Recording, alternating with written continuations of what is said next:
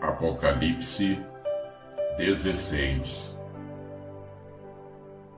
E ouvi, vinda do santuário, uma grande voz, que dizia aos 7 anjos: Ide e derramai sobre a terra as 7 taças da ira de Deus. Então foi o primeiro e derramou a sua taça sobre a terra. E apareceu uma chaga ruim e maligna nos homens, que tinham o sinal da besta e que adoravam a sua imagem.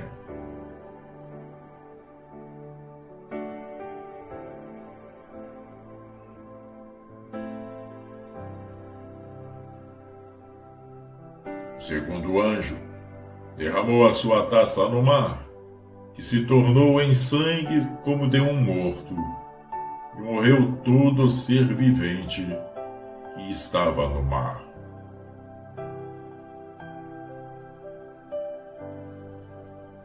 O terceiro anjo derramou a sua taça nos rios e nas fontes das águas, e elas se tornaram em sangue.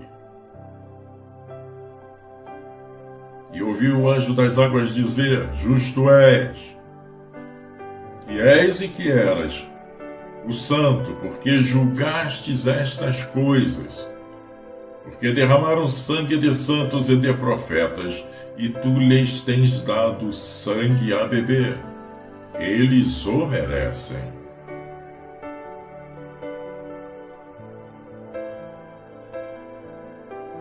E ouvi uma voz do altar que dizia: A verdade, ó Senhor Deus Todo-Poderoso, verdadeiros e justos são os teus juízos. O quarto anjo derramou a sua taça sobre o sol, e foi-lhe permitido que abrasasse os homens com fogo.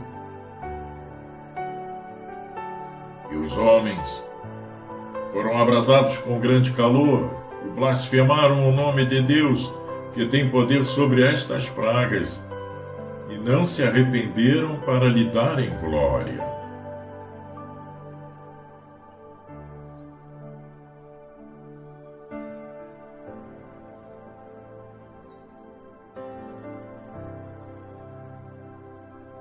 O quinto anjo derramou a sua taça sobre o trono da besta, e o seu reino se fez tenebroso, e os homens mordiam de dor as suas línguas.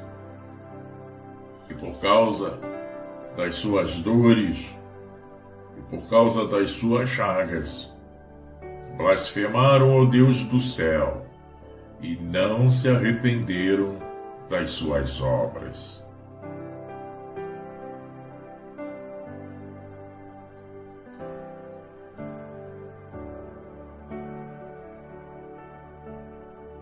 O sexto anjo derramou a sua taça sobre o grande rio Eufrates, e a sua água se secou, para que se preparasse o caminho dos reis que vêm do Oriente. E da boca do dragão, e da boca da besta, e da boca do falso profeta, vi saírem 3 espíritos imundos semelhantes a rãs. Pois são espíritos de demônios, que operam sinais, os quais vão ao encontro dos reis de todo o mundo, para os congregar para a batalha do grande dia do Deus Todo-Poderoso. Eis que venho como ladrão. Bem-aventurado aquele que vigia e guarda as suas vestes, para que não ande nu, e não se veja a sua nudez. E eles os congregaram no lugar em hebraico que se chama Armagedon.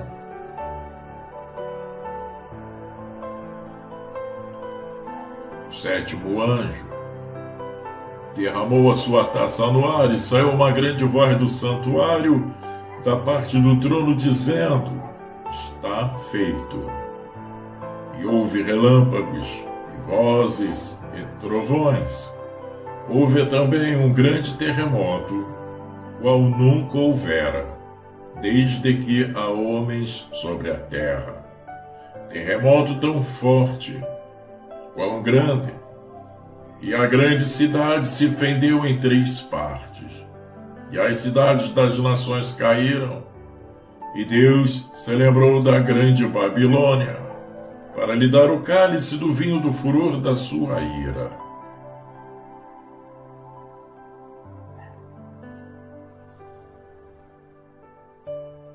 Todas as ilhas fugiram, e os montes não mais se acharam.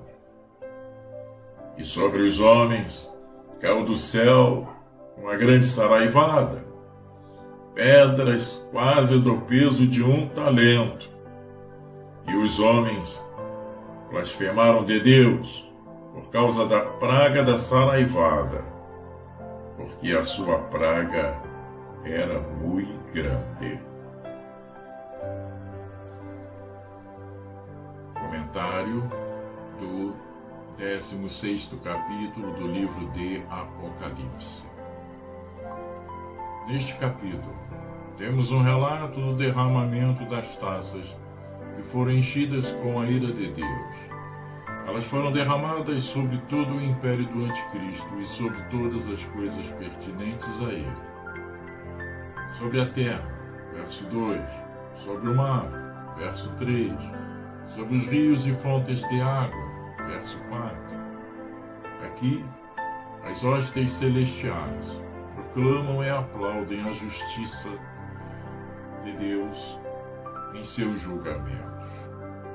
Estes juízos são controlados e bem medidos por Deus.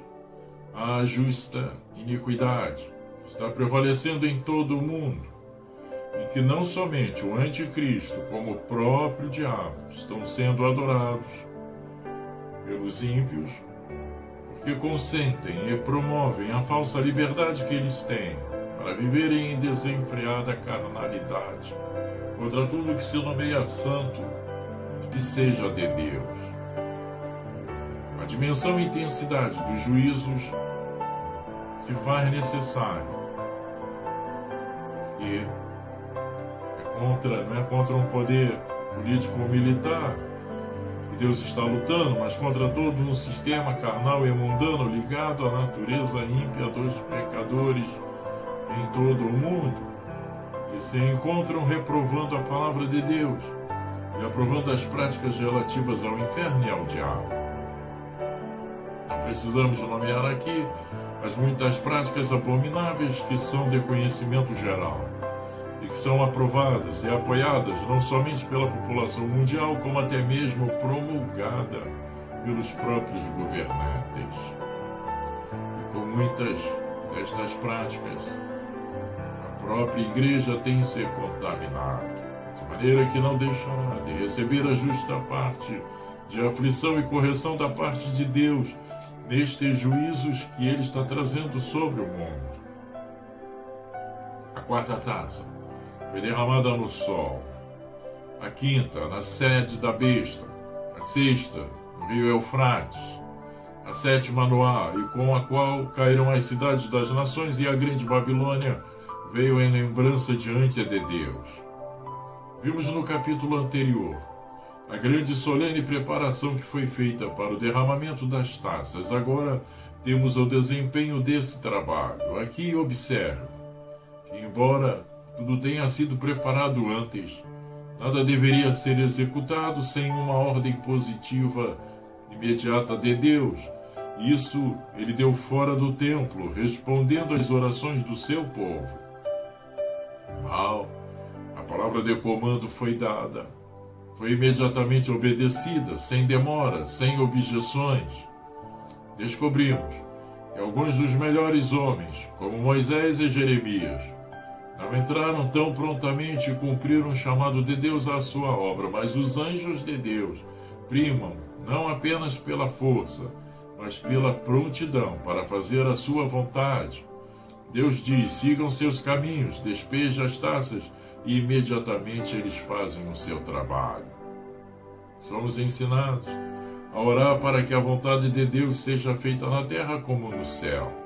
E agora entramos em uma série de dispensações terríveis da providência, das quais É difícil dar o significado certo ou fazer uma aplicação específica, mas em geral vale a pena observar que temos aqui uma referência e alusão a várias pragas do Egito, como transformar suas águas em sangue e feri-los com furúnculos e feridas. Seus pecados eram parecidos, também seus castigos. Essas taças têm uma referência clara às 7 trombetas, que representavam a ascensão do anticristo. E aprendemos, portanto, que a queda dos inimigos da igreja deve ter alguma semelhança com a sua ascensão, e que Deus pode derrubá-los da maneira que escolherem, se exaltar. E a queda do anticristo será gradual, como Roma não foi construída em um dia, também não cairá em um dia, mas cai em graus, cairá para não subir mais. A queda do reino do anticristo será universal. Tudo que lhe pertence de alguma maneira ou possa ser útil para eles, as instalações e todas as suas aparências, é posto em risco de destruição. Sua terra, seu ar, seu mar, seus rios, suas cidades, todos destinados à ruína, todos amaldiçoados por causa da maldade daquele povo. Assim a criação geme e sofre com os pecados dos homens. Agora vamos para o primeiro anjo que derramou sua taça. No verso 2, observe onde seu conteúdo caiu sobre a terra, isto é, digamos, alguns sobre as pessoas de um modo geral, o que produziu feridas graves e horríveis em todos os que tinham a marca da besta. Eles haviam se marcado por seus pecados, agora Deus os marca por seus juízos. Alguns pensam que essa dor signifique alguma das primeiras aparições da providência contra seu estado e interesse, o que lhes causou grande inquietação, pois descobriu sua fraqueza interior e foi um sinal de mais maldade. O segundo anjo derramou sua taça, e aqui vemos onde caiu sobre o mar, o que produziu, transformou o mar em sangue, como o sangue de um homem morto, e toda a alma vivente morreu no mar. Deus descobriu não apenas a vaidade e a falsidade de sua religião, mas a natureza perniciosa e mortal dela, que as almas dos homens foram envenenadas por aquilo que era fingido ser o meio seguro de sua salvação. O próximo anjo derramou sua taça sobre os rios e sobre as fontes das águas. Que efeito teve sobre eles? Transformou-os em sangue. O instrumento que Deus usa nesta obra é aqui chamado de anjo das águas, que exalta a justiça de Deus nesta retaliação. Derramaram o sangue dos teus santos e lhes deste sangue para beber, ao que o outro anjo respondeu com pleno consentimento. O quarto anjo derramou sua taça e caiu sobre o sol. E agora, qual seria a consequência disso? Aquele sol que antes os acalentava com influências calorosas e benignas, agora se aquecerá contra esses idólatras e os queimará. Os príncipes usarão seu poder e autoridade para suprimi-los, o que ainda estará tão longe de levá-los ao arrependimento, que os fará amaldiçoar a Deus, seu rei, e olhar para cima, lançando seus discursos blasfemos contra o Deus do céu. Eles serão endurecidos para sua ruína. O quinto anjo derramou sua taça, e observe onde isto caiu: sobre a sede da besta, sobre a própria Roma, mística Babilônia, a cabeça do império do anticristo. Que efeito teve lá? Todo o reino da besta estava cheio de trevas e angústia. Aquela mesma cidade, que era a sede de sua política, a fonte de todo o seu conhecimento e toda a sua pompa e prazer, agora se torna uma fonte de escuridão, dor e angústia. A escuridão foi uma das pragas do Egito, e se opõe ao brilho e à honra, e, portanto, pressagia o desprezo ao qual o interesse do anticristo deve ser exposto. O sexto anjo derramou sua taça, e observe onde caiu, sobre o grande rio Eufrates. O que essa taça produziu? A secagem do rio, que fornecia à cidade riqueza, provisões e todo tipo de acomodação. Prepara-se um caminho para o Reis do Leste. O último esforço do grande dragão. Ele está decidido a dar outro empurrão para que, se possível, possa recuperar a postura arruinada dos seus negócios no mundo. Ele agora está reunindo suas forças antes que tudo se perca. Isto é ocasionado pelo derramamento da sexta taça. Observe aqui os instrumentos que ele usa para envolver os poderes da terra em sua causa e batalha. 3 espíritos imundos como rãs surgem, um pela boca do dragão, outro pela boca da besta e o terceiro da boca do falso profeta. O inferno, o poder secular do anticristo e o poder eclesiástico se combinariam para enviar seus vários instrumentos mobilizados com malícia infernal, com política mundana e com falsidade e engano religioso. Estes reuniriam as forças do diabo para uma batalha decisiva. Os meios que esses instrumentos usariam para envolver os poderes da terra nesta guerra.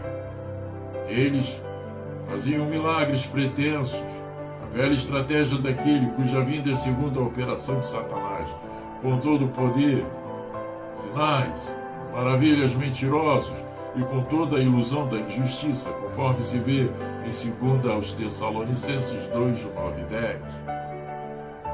O campo de batalha, um lugar chamado Armagedon, isto é, digamos, o Monte de Megido, perto do qual Baraque venceu Císera e por todos os reis em aliança com ele, como se vê em Juízes 5:19. No Vale de Megido, Josias foi morto. Este lugar era famoso por 2 eventos de natureza muito diferente. O primeiro, muito feliz para a Igreja de Deus, o último, muito infeliz. Mas agora será o campo da última batalha, em que a Igreja estará envolvida e ela será vitoriosa. Essa batalha exigiu tempo para se preparar para ela. E, portanto, o relato adicional é suspenso até chegarmos ao capítulo 19. A advertência que Deus dá desta grande e decisiva provação para engajar seu povo a se preparar para isso seria repentino e inesperado, e, portanto, os cristãos deveriam estar vestidos, armados e prontos para isso, para que não ficassem surpresos e envergonhados quando a causa de Deus vier a ser tentada e suas batalhas a serem travadas. Todo o seu povo estará pronto para defender seu interesse e ser fiel e valente em seu serviço. O 7º e último anjo derramou sua taça, contribuindo com sua parte para a realização da queda de Babilônia, que foi o golpe final. E aqui, como antes, observe, onde esta praga caiu, no ar, sobre o príncipe da potestade do poder do ar, isto é, sobre o diabo. Seus poderes foram restringidos, suas políticas confundidas. Ele estava preso na corrente de Deus. A espada de Deus estava sob seus olhos e seus braços, pois ele, assim como os poderes da terra, estão sujeitos ao poder todo-poderoso de Deus. Ele usara todos os meios possíveis para preservar o interesse do anticristo e impedir a queda de Babilônia. Toda a influência que ele tem sobre as mentes dos homens, cegando seus julgamentos, pervertendo-os, endurecendo seus corações e levando sua inimizade ao Evangelho o mais alto possível. Mas agora aqui está uma taça sendo derramada sobre seu reino e ele não é mais capaz de apoiar sua causa e interesses cambaleantes. O que isto produziu? Uma voz agradecida do céu, declarando que agora o trabalho estava feito. A igreja triunfante no céu viu e se alegrou. A igreja militante na terra viu e se tornou triunfante. Está terminado.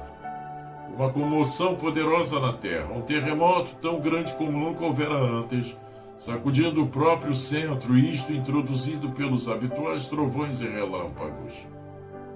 A queda da Babilônia, que foi dividida em 3 partes, chamadas de as cidades das nações, tendo dominado as nações e adotado a idolatria das nações, incorporando em sua religião algo dos judeus, algo dos pagãos e algo da religião cristã.